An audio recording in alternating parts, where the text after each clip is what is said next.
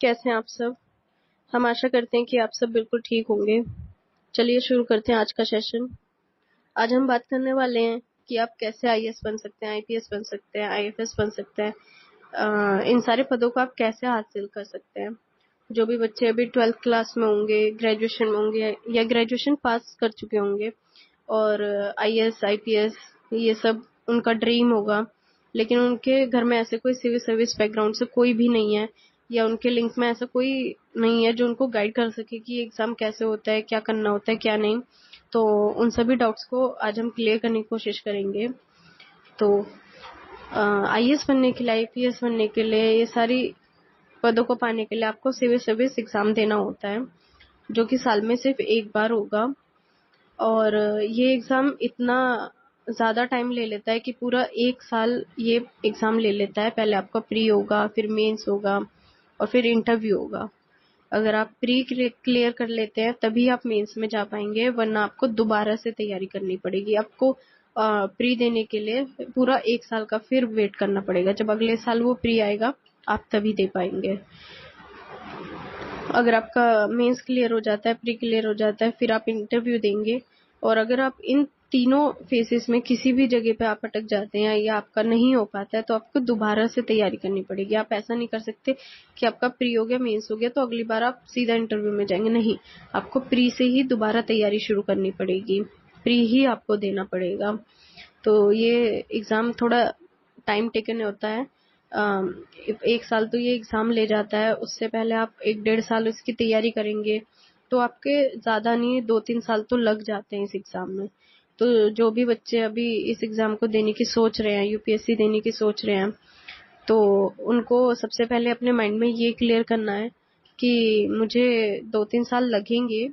इतना पेशेंस उनको अपने माइंड में रखना है, ये क्लैरिटी उनको अपने माइंड में रखनी है कि मुझे अगर मैं फेल भी होता हूँ तो मुझे दोबारा से भी तैयारी करनी है, ये भी चीज़ उनको रखनी है। और अगर उनको 1 साल लग रहा है, 2 साल लग रहा है, लेकिन उनको एग्जाम अगर निकालना ही है तो उनको रखना ही पड़ेगा पेशेंस। और एक कंसिस्टेंसी उनको रखनी पड़ेगी, डिसिप्लिन उनको रखना पड़ेगा, क्योंकि सिलेबस काफ़ी ज़्यादा होता है और जितना रिवीजन होगा उतना ही अच्छा होता है इस जर्नी में। तो ये जो सिविल सर्विस एग्ज़ाम होता है इसको यूपीएससी कंडक्ट कराता है। ये यूपीएससी का जो ऑर्गेनाइजेशन है वो है गवर्नमेंट ऑफ इंडिया। ये इंडिया की गवर्नमेंट द्वारा कंडक्ट कराया जाता है। ये एग्ज़ाम हमेशा ऑफलाइन होता है, ये कभी भी ऑनलाइन नहीं होता है। अगर आप मेल कैंडिडेट हैं तो आपकी एप्लीकेशन फ़ीस 100 रुपीज़ होगी, लेकिन अगर आप फीमेल हैं तो उसकी कोई फ़ीस नहीं होगी। यूपीएससी ने इस एग्ज़ाम को लेकर जो भी जानकारी है अपनी वेबसाइट पे भी डाल रखा है, जिसका लिंक है www.upsc.government.in। आप उस पे भी जाके लॉगिन करके देख सकते हैं, इसके बारे में सारी जानकारी ले सकते हैं। आपको इस एग्ज़ाम में आने से पहले कुछ चीज़ें क्लियर करके आनी चाहिए कि अगर आपको आईएएस ही बनना है तो आपको आईएएस क्यों बनना है। सबसे पहले तो आपको ये क्लियर होना चाहिए कि आईएएस करता क्या है और मुझे क्यों आईएएस बनना है। अगर आपके मन में ये क्लियर होगा तभी आप 2-3 साल इस एग्जाम में रह पाएंगे। अगर आपको यही नहीं पता है कि आईएएस करता क्या है, क्या काम होता है उसका, मुझे आईएएस क्यों बनना है या आईपीएस क्यों बनना है, मुझे ये वाली जॉब क्यों चाहिए, तो आप उसमें टिक ही नहीं पाएंगे, क्योंकि ये जर्नी इतनी लंबी होती है और इतना मेंटली इसमें प्रेशर होता है कि वो हैंडल करना बहुत डिफिकल्ट होता है। तो अगर आप इस एग्ज़ाम की तैयारी कर रहे हैं तो सबसे पहले आपको अपनी ग्रेजुएशन अच्छे से करनी है। बहुत से स्टूडेंट्स आज के टाइम पे क्या करते हैं कि ग्रेजुएशन के साथ साथ इस एग्ज़ाम की तैयारी कर रहे हैं, लेकिन ये गलत है। क्योंकि देखो यूपीएससी जो है वो थोड़ा बहुत लक पे भी डिपेंड करता है। आपका ये नहीं है कि अगर आप इस फील्ड में आ गए तो आपका निकलेगा ही और आप आईएएस बन के ही निकलेंगे, ऐसा नहीं। तो ये चीज़ भी क्लियर करके आनी है कि अगर मेरा यूपीएससी नहीं हुआ तो मेरा ऑप्शन भी क्या होगा, ये आपको रखना है। तो ये रखने के लिए आपको अपनी ग्रेजुएशन एटलीस्ट ख़त्म करके तब इस फील्ड में आना चाहिए, ताकि आपके पास में ग्रेजुएशन रहे, आपके पास कोई डिग्री रहे। बहुत से बच्चे अभी जो ग्रेजुएशन के साथ साथ इसकी तैयारी कर रहे हैं उनके लिए एक माइनस पॉइंट ये है कि वो ग्रेजुएशन में बहुत सारी चीज़ें हम लोग लर्न करते हैं, तो वो सब उनको सीखने को नहीं मिल पा रही है। वो लोग इसी एग्जाम में लग जाते हैं जिसकी वजह से उनका काफ़ी लॉस हो रहा है। तो आपको पहले अपनी ग्रेजुएशन अच्छे से कंप्लीट करनी है। अगर आप 12th क्लास में हैं तो आप अभी से डिसाइड कर सकते हैं कि मुझे आगे क्या सब्जेक्ट लेने हैं और जो मेरे यूपीएससी में हेल्प कर सकें। मतलब आप बीए कर सकते हैं, कुछ ऐसे सब्जेक्ट ले सकते हैं जो आपको यूपीएससी की जर्नी में भी हेल्प करें, ताकि आप, अगर ऐसा ना हो कि अभी आप बीएससी कर रहे हैं और आके सीधा यूपीएससी करें, तो उस सब्जेक्ट का भी थोड़ा अंतर हो जाता है कि आपके डिफरेंस आ जाते हैं कि अभी तो आपने बीएससी करी है बायो से या साइंस से, जिससे भी करी है, फील्ड से करी है आपने, और अभी आप ह्यूमैनिटीज के सब्जेक्ट सारे पढ़ रहे हैं, जैसे कि आपको पढ़ना पड़ेगा ज्योग्राफी, पॉलिटी, ये सब, ये बिल्कुल डिफरेंट सब्जेक्ट हो जाते हैं। तो फिर उन सब में इंटरेस्ट नहीं आ पाता है जल्दी से, उन सब चीज़ों को कवर करने में टाइम लगता है, तो वो सब भी थोड़ा सा डिफिकल्ट हो जाता है।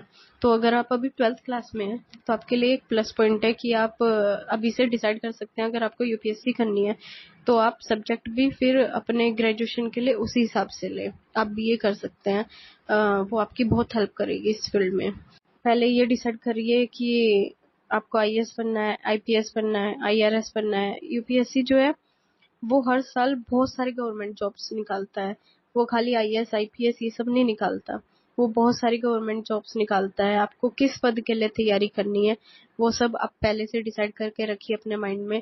देखिए, हम सबके माइंड में ना क्लैरिटी, किसी भी चीज को लेकर क्लैरिटी होनी बहुत जरूरी है। अगर हमारे माइंड में क्लैरिटी होगी तो ना तो हमारा ज्यादा टाइम वेस्ट होगा, और शायद हम लोग उस चीज को फिर अचीव भी कर लेंगे।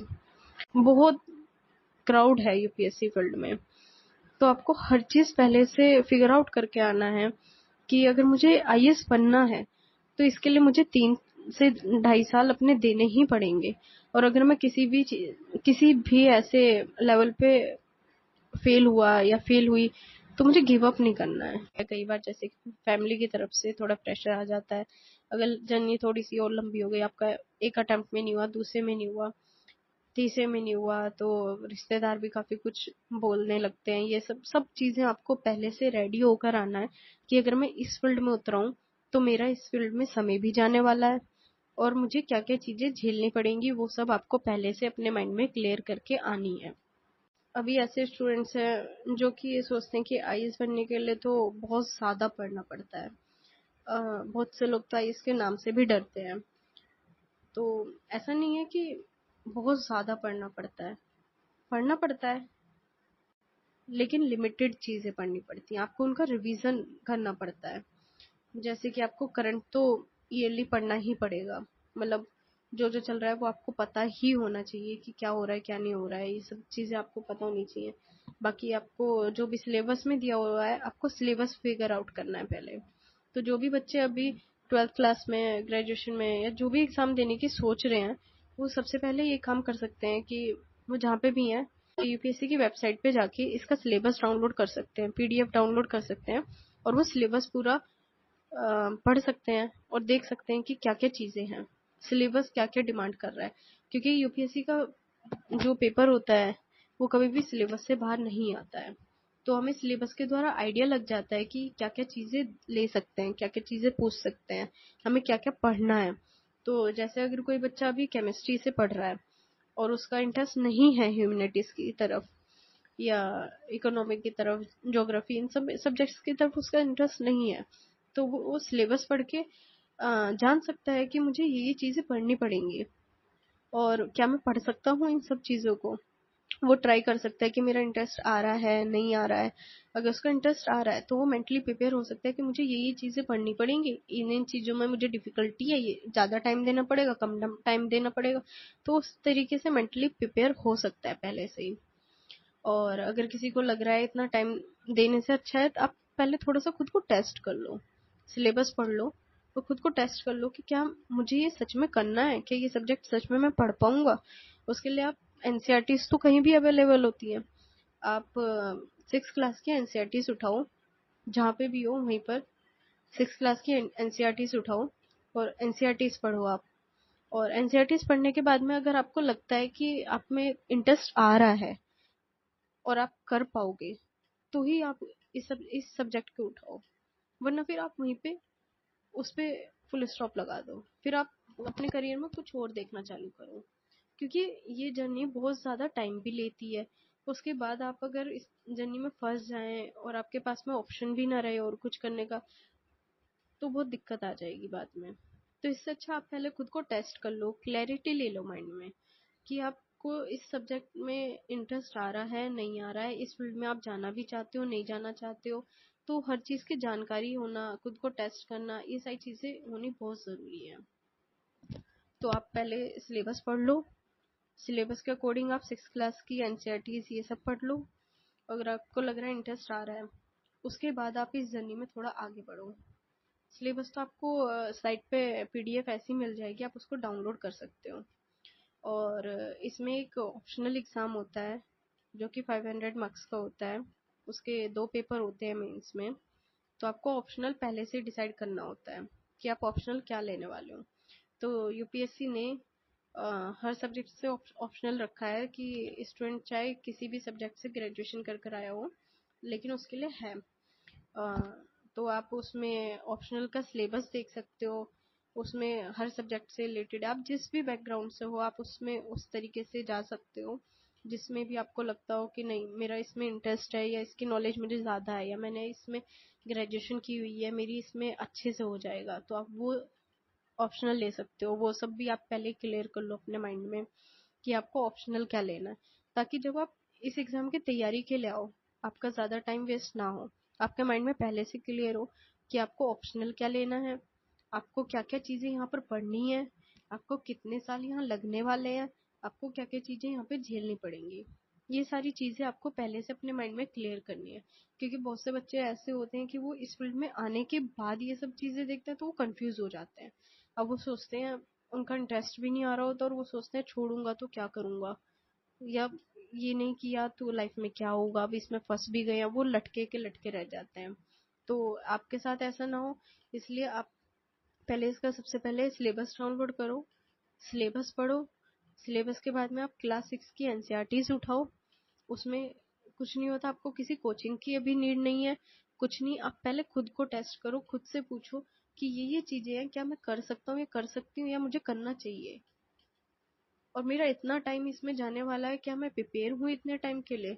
ये सारी चीज़ें आप पहले से खुद में देख लो और उसके बाद में आप इस फील्ड में आओ। अगर आप पूरी तरीके से श्योर हो जाते हो और आपकी ग्रेजुएशन हो जाती है, उसके बाद आप इस फील्ड में आओ, ताकि आपका टाइम भी पूरा वेस्ट ना हो और जितनी जल्दी आपका वो एग्ज़ाम निकल सके और आप माइंड से श्योर हो कि मुझे ये चीज़ें, ये डिफ़िकल्टीज़ आएँगी और मुझे ये करना है। ये चीज़ें आपको खुद ही क्लियर करनी पड़ेंगी। और जब आप एक बार श्योर हो जाएँ, फिर उसके बाद आएँ, कोचिंग लें। कोचिंग क्या करता है, आपके डाउट्स क्लियर करता है, आपको एक डायरेक्शन देता है, क्या चीज़ सही है, क्या चीज़ गलत है, ये कोचिंग बता देता है। तो उसके बाद आपके लिए चीज़ें थोड़ी ईज़ी हो जाएँगी। आपको इतनी ज़्यादा ऐसे मेहनत नहीं करनी पड़ेगी। अगर आपको पता है कि मेरे पास ये सिलेबस है, मुझे ये चीज़ें पढ़नी है, ये बुक्स मुझे पढ़नी है और इतना टाइम मेरा जाने वाला है, तो आपके माइंड में बहुत सारी चीज़ें ऐसे क्लियर होंगी कि मुझे ये चीज़ें करनी है, मुझे इसके बाहर कुछ करना ही नहीं है। उसके बाद में खुद से श्योर होइए कि नहीं मुझे ये एग्ज़ाम देना है, तब आप इस एग्ज़ाम की तैयारी के लिए आइए।